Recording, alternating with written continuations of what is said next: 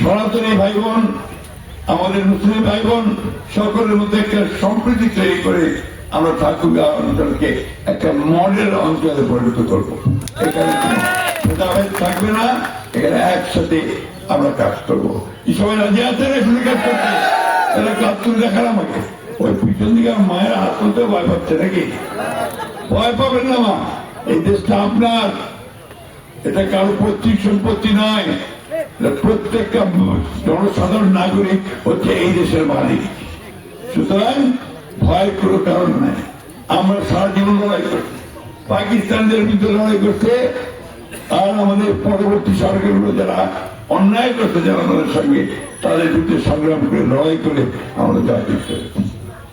আমরা সবসময় ন্যায়ের পক্ষে থেকেছি। 5,000 টাকা পর্যন্ত কৃষি ঋণ স্বচ্ছ বিএনপি মাফ করছিল, 25 বিঘা জমির খান্না বিএনপি মাফ করে দিচ্ছিল। আপনার মসজিদ এবং মন্দির ভিত্তিক পাঠশালা প্রাইমারি স্কুল চালু করছিল কিন্তু বিএনপি, ভুলে গেছেন নাকি সব? এবং এখনো মন্দিরগুলোতে কিন্তু আপনার অনুদান দেওয়া হচ্ছে, মসজিদ অনুদান দেওয়া হচ্ছে, সে আমরা ব্যবস্থা করেছি। রাস্তাঘাট করার জন্য এখনই আমরা কাজ শুরু করেছি, আমরা টাকা নিয়ে এসেছি, সেই টাকা দিয়ে রাস্তাঘাট শুরু হবে।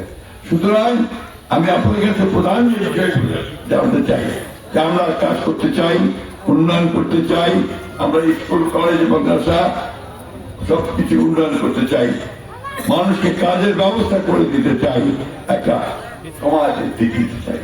আমাকে এখানে উপজেলা ঘোষণা করতে হবে, তাকে সেটা বললে আমরা নিশ্চয়ই উপজেলা ঘোষণা করবো। আর